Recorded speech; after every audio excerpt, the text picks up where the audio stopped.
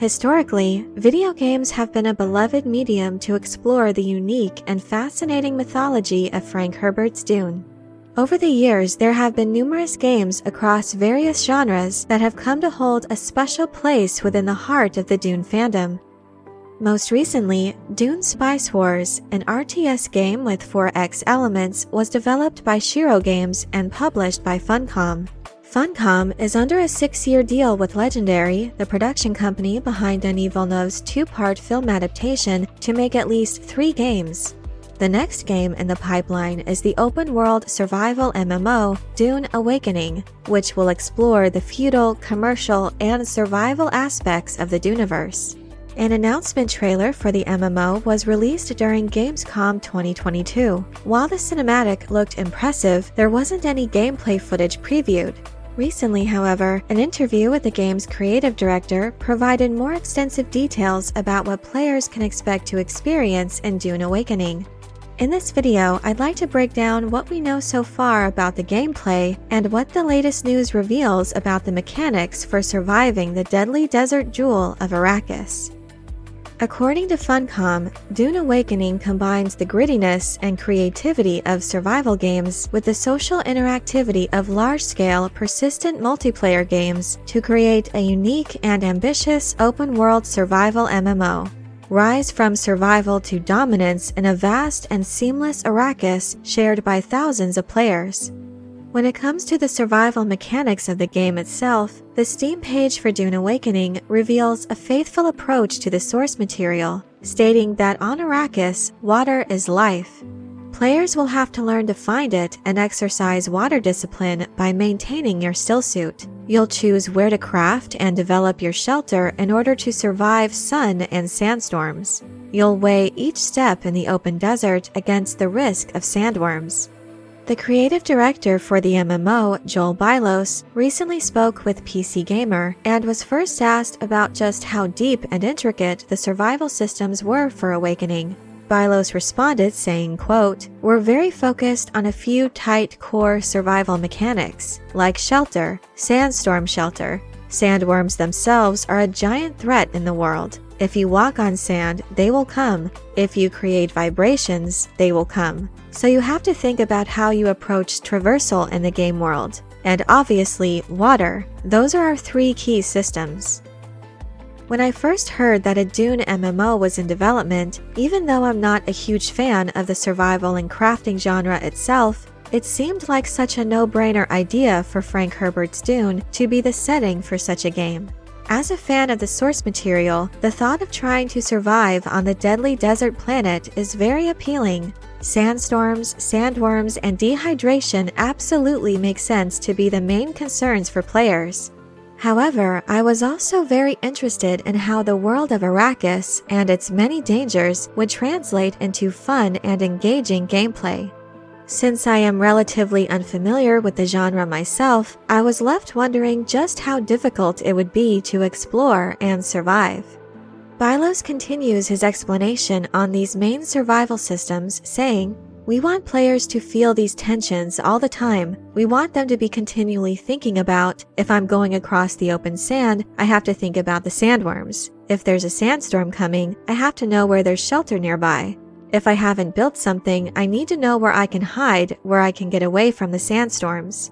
So we're trying to create this tension, but we're also approaching it from the viewpoint of a little more accessibility, something like Valheim, where it's not like just gonna kill you instantly, so you have a little bit of leeway. It makes sense that the game developers are not following the threat level on Arrakis as closely to how it's described in the novel, which allows some room for players to attempt to get to safety and shelter. The interviewer notes that in Valheim, while food, for example, is important to the player when it comes to maintaining your health and stamina, you can technically get by while neglecting it. When it comes to survival paradigms that have become a standard in the genre, Bylos made sure to point out that they are rethinking those conventions, saying, quote, "We want to create these very strong survival tensions, but we also don't want to punish players in a ridiculously harsh way.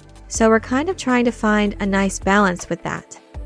Apart from the survival mechanics, a vital component of any Dune game is the spice, which is found only on this one desert world, upon which all civilization depends, making it the most valuable commodity in the universe. When it comes to how spice has been incorporated into the gameplay, PC Gamer explains that at the start of the game, players have no strong affiliation to spice, but that over time, it will begin to permeate their bloodstream, which will allow them to enhance their abilities and learn new skills. Again, there is the comparison to Valheim, where spice is useful, but it's not deadly to the player if you neglect your consumption of it. So while the acquisition of spice isn't as important to one's survival as water, there is an incentive to maintain your spice intake in order to obtain and enhance certain abilities.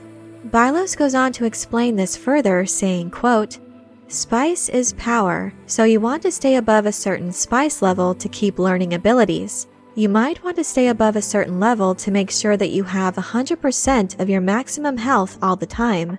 We're not trying to punish the player by killing them if they don't take spice for a while, but we're trying to give them good reasons to maintain their spice levels." One of the reasons why spice is so valuable is its ability to extend one's lifespan and improve overall health. The substance is sought after most of all for its psychotropic effects, which heightens mental awareness and can even awaken prescience. I am particularly curious as to the various skills players will be able to unlock with continued spice consumption. The game's Steam page explains you could either sell spice on the exchange or consume it to expand your potential at the cost of addiction. So this is an interesting decision that will have to be weighed depending on how a given user wants to play the game. Crafting will also be a significant part of the player experience. However, there will be some differences from Funcom's Conan Exiles game, where leveling your character allows you to spend points in a tech tree. In Dune Awakening, Bylos explained that players will have to go looking for specific schematics to craft specific items, which makes crafting less tech tree driven and more exploration driven. An example is given that if a player has information about a botanical testing station somewhere in the desert experimenting with a certain technology, they would head there to find the schematic. I do appreciate how the world of Dune is influencing gameplay, making this particular survival and crafting MMO distinct in its own way from others in the genre. After achieving mastery over the survival mechanics, players can strive for dominance as they work to gain more resources, power, and influence. As the Steam page states, you could start a guild and work towards gaining the status of a minor house by allying yourself with one of the great houses. You can rise above your rivals and assert economic dominance by controlling valuable resources. Like the sands of the desert, the power structure of Arrakis is ever-shifting. Spice harvesting and crafting will be major parts of the game's player-driven economy. Bylos explained that one of the game's pillars is something called infinite exploration, referring to the continuously changing landscape of Arrakis.